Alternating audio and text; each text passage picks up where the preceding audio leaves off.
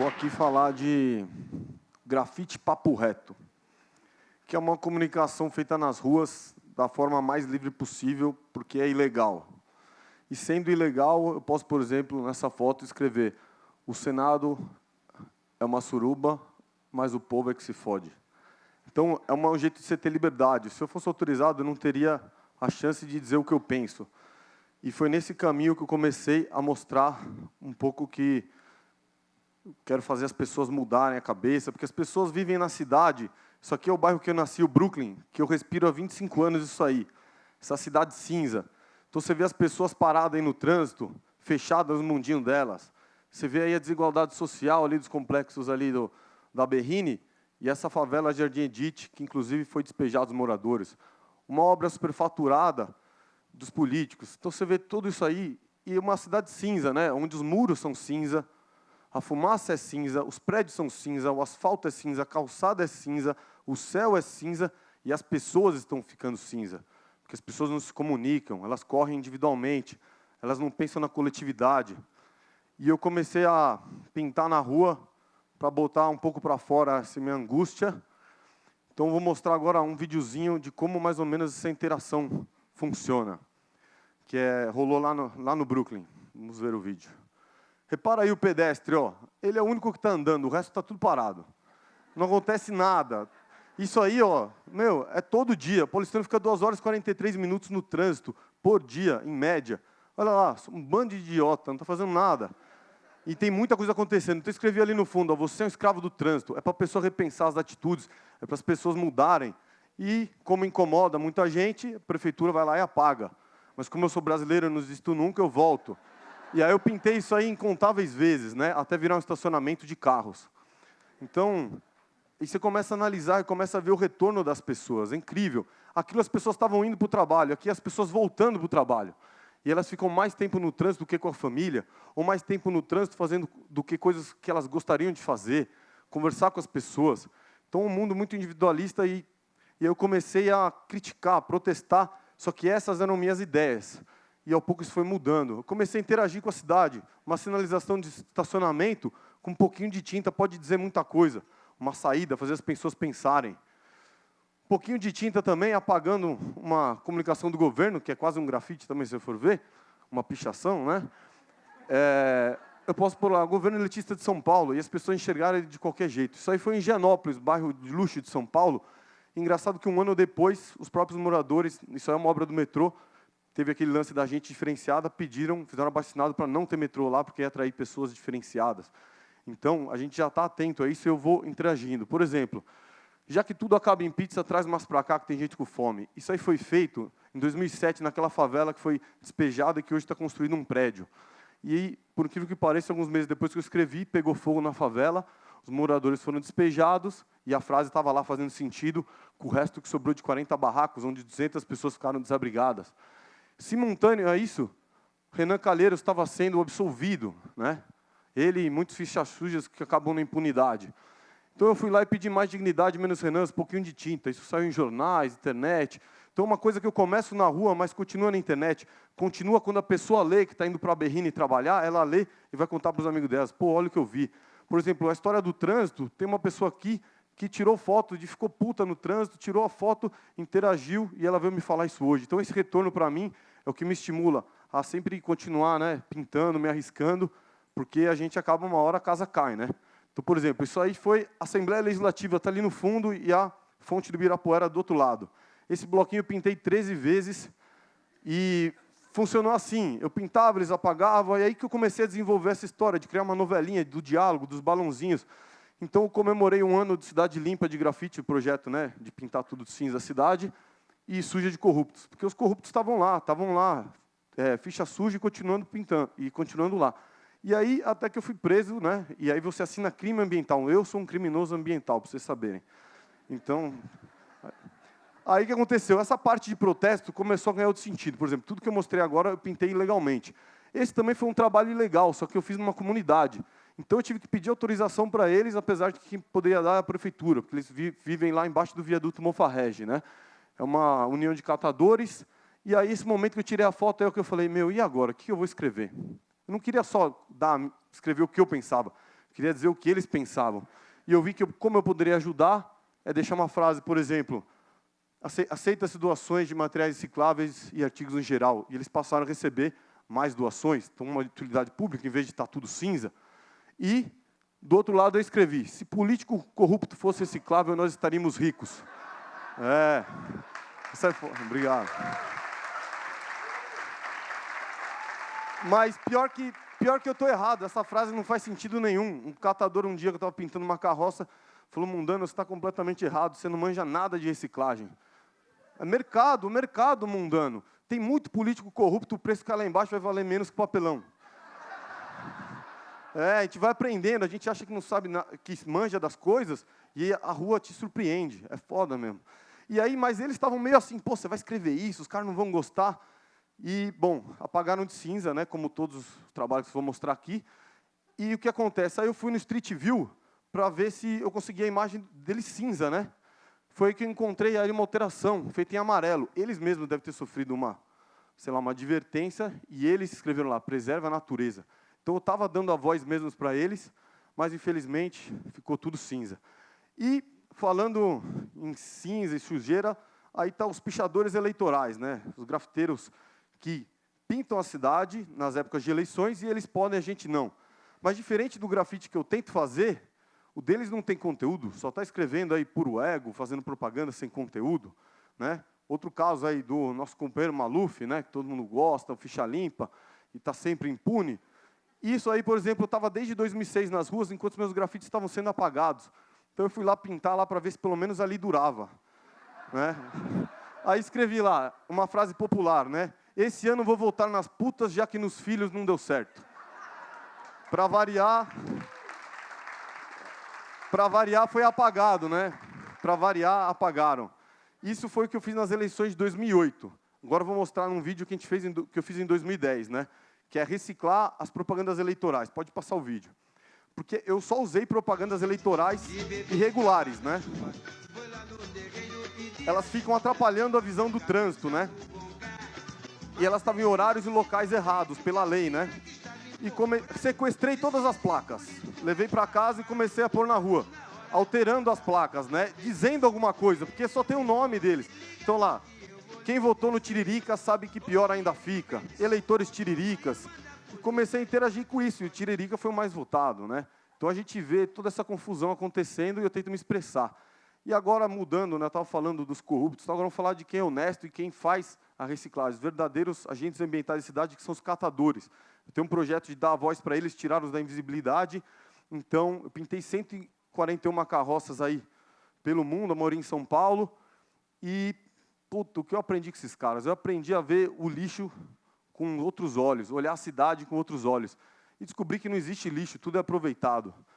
E, uma coisa para vocês saberem, por exemplo, isso aí eles estão na Oscar Freire, ele está coletando todo o lixo produzido ali na rua mais luxuosa, só que ele é invisível, ninguém repara nele. Depois que eu pintei esse cara aí, isso é até uma foto que me mandaram na internet, vejo muita gente tirando foto, o cara começou a existir, começou a dar voz e as pessoas repensarem o lance do trabalho. E eu vi que eu estava mexendo com a autoestima dele. Esse catador aí da Cracolândia, porra, eu pintei o maior patrimônio dele, o único que ele tem, e falando que o carro dele não polui, aprovado na inspeção veicular e tudo mais. Então, o negócio, puta, eu mergulhei nesse mundo e comecei a tirar eles, tentar valorizar e colocar eles em pauta, né? Então, por exemplo, aí eu tive o privilégio de pintar, primeiro trabalho aí que eu fiz autorizado, né, esse aí, o Teatro Municipal. Escrevi catadores com letra de cactos para simbolizar a resistência. Mas o engraçado é que eu só pintei aí porque eu tinha sido preso pintando os mesmos tapumes antes. Como funcionou? Eu fiz, fui para a delegacia, tomei aquela canseira, assinar processo, blá, blá, blá, crime ambiental, eu que faço um trabalho com os catadores, né? E depois me chamaram para terminar o meu trabalho, a virada cultural. Então é uma cidade de contradição, né? E se você pensar, o São Paulo hoje recicla 1% do lixo. E desses 1%, 80% é proveniente da catação dos catadores. Ou seja, quem faz a reciclagem é eles, que são marginalizados e não recebem, né, o valor por isso. A prefeitura não faz nada, as empresas fazem só porque dá dinheiro. E as empresas fazem lá um envelopinho reciclado e acham que são sustentáveis. Então a gente tem que repensar muita coisa e eu estou tentando canalizar a voz deles. E foi aí que o Movimento Nacional dos Catadores me chamou para fazer uma exposição para os catadores. E lá apresentei meu trabalho para diversos catadores. Ali do lado eu tinha um livro, onde as pessoas escreviam frases para ir para a carroça. E aí o Lula entrou lá para ver a exposição. E aí, apesar de não ter votado nele, eu tinha que apresentar o projeto para ele. Mostrei toda a ideia de levar a arte, de todo o contexto em volta. E aí eu acho que ele comprou a ideia e gostou do projeto. Temos aí um presidente fichador, você vê? Comprou a ideia, não sei se isso era uma coisa meio eleitoreiro, o que era, mas na verdade o cara pareceu sincero e comprou a ideia. E, pô, ele está aí no sentido dos catadores e acho que todo mundo tem que estar, porque eles são parte fundamental aí nessa cidade, né? E aí, pelo Movimento Nacional dos Catadores, comecei a viajar às cidades para pintar esse projeto de cidades recicláveis que eu tenho, e fui falar dos catadores no TEDx Ver o Peso, lá em Belém. E além de pintar carroças, muros e outras coisas, e chegar a polícia, todas essas coisas normais, eu fui pintar um barco, né? Já que é a rua de muitos lugares lá, são os rios, né? Só que aí eu fui pintar num lugar totalmente diferente. Isso aí eu comecei a pintar às 5 horas da manhã, um barco com pessoas, no outro ritmo eu não estava muito bem situado. Comecei a pintar, as pessoas olhando, né, aquela coisa. E eu já, que frase que eu vou escrever, e agora, né? Não vou escrever São Paulo, eu fico com essas coisas meio negativas, lá eu estava num clima diferente. E aí, eu perdidão, começou o dono do barqueiro, enquanto eu vou conversando, né? Enquanto eu vou pintando, vou conversando com ele. O cara naturalmente pegou a vassoura ali na beirinha do rio, começou a varrer e jogar um monte de lixo, sacola plástica, todo o lixo que tinha no barco, pedaço de peixe, jogou tudo no rio.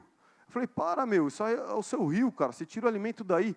Ele, não, mas não dá nada, mundano, eu faço isso todo dia, todo mundo faz, não tem problema, né? Aí eu falei, pronto, tá aí a frase, né? Aí eu fui lá, o rio é nossa casa, nossa rua, nosso alimento, cuide com amor, e agora esse barco está lá todo dia, para milhares de pessoas que passam por lá, circulando e tal, e aí, até o pessoal de Belém curtiu essa ideia, e agora querem fazer de pintar todos os barcos, né, e levar mais cultura e arte para a população. Então eu vi que o negócio estava virando meio educativo, eu comecei como válvula de escape, né, para sentir um pouco de adrenalina, né, toda essa história. Aí eu vi que o negócio estava ficando sério.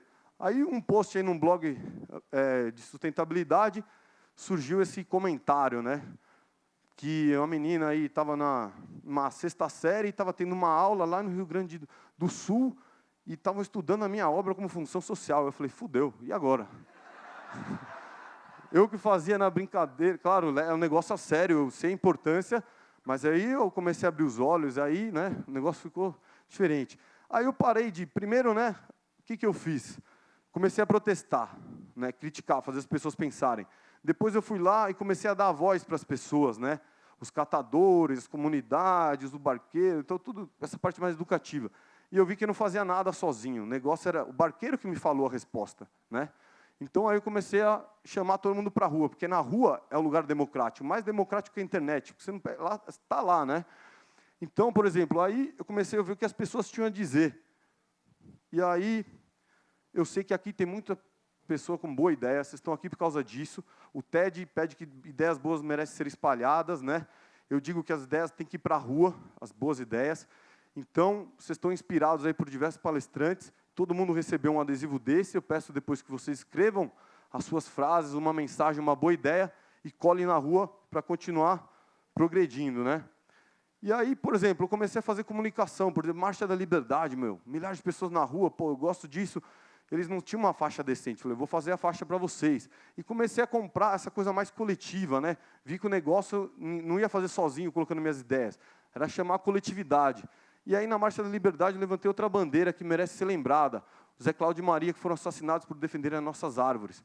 E, não sei se vocês viram a talk do Zé Cláudio, lá no TED Amazônia, ele anunciou que estava com a arma na cabeça e que mês seguinte ele podia não estar entre nós. Não deu outra, assassinaram ele e ninguém fala. As pessoas falam só do que quer na mídia. E a rua tem um papel importante, a rua é democrática. A rua não tem ninguém rabo preso, então você tem que ir lá e dizer o papo reto, né? Outro assunto que eu acho que deve ser falado mais é a usina Belo Monte, que estão construindo lá. Vocês já pararam para pensar que deveria ser a obra mais comentada e mais discutida, já que estamos falando de floresta, da pouca floresta que resta no mundo, é um assunto universal. Só que o que estão falando? Do estádio do Corinthians, a obra do estádio do Corinthians. Você vai lá no estádio do Corinthians, tem um repórter lá que está todo dia falando quantas estacas foram colocadas e tudo mais, e ninguém fala da usina Belo Monte, que vai ser a maior obra e que vai ter um impacto ambiental muito grande. Então, acho que a rua tem esse poder, né? A gente tem que ir para a rua. E uns espaços que agora é o foco, é isso aí, onde tinha os outdoors, lá do Cidade Limpa. Olha aí que espaço lindo. As pessoas passam e é uma carcaça cinza. Pô, é aí que tem que estar a arte, é aí que tem que estar a arte para o povo ver. O povo brasileiro, que 90% da população brasileira nunca entrou em um museu, nunca entrou numa exposição de arte. Por isso é importante a arte estar na rua e ocupar melhor esses espaços. Sabe, a arte urbana está para mudar as coisas. E aí eu conheci um grupo muito interessante, que são os voluntários de Um Teto para o Meu País. Então eu vi que eu podia canalizar minhas ideias com mais incontáveis voluntários. Eles fazem construções que eles precisam de 1.000 voluntários, se inscrevem 4.000. São jovens querendo, né, mudar o mundo igual eu. E aí eles constroem casas de emergência, Um Teto para o Meu País. E aí eu vi que eu queria, pintar todas as casas. Então eles vão construir 100 casas, eu falei, vou pintar todas as casas para levar a arte para a comunidade, né? Como a gente costuma fazer em favelas e tal. Só que aí não deixaram pintar as casas, tinha uma história, porque são 18 cidades que tem o teto, a casa tem que ser sempre igual, tudo bem. Aí eu descobri que eles tinham essa casinha aqui, ó, que é uma casinha que eles usam, que é um cofrinho para arrecadar dinheiro. E aí eu falei, bom, já que vamos pintar pequenininha a maquete para depois fazer a grande. E aí joguei isso aqui na mão de 130 artistas, cada um podia fazer o que quiser e ela ia ser doada para a ONG, né, arrecadar fundos para construções. Essa foi minha criação, minha leitura sobre a habitação brasileira. Puxadinho aí deve viver umas 60 pessoas, pelo que eu costumo ver, né? E aí cada artista fez a sua obra e doou, e aí o resultado a gente vai ver nesse vídeo aí que vocês podem rodar, que é muito bacana.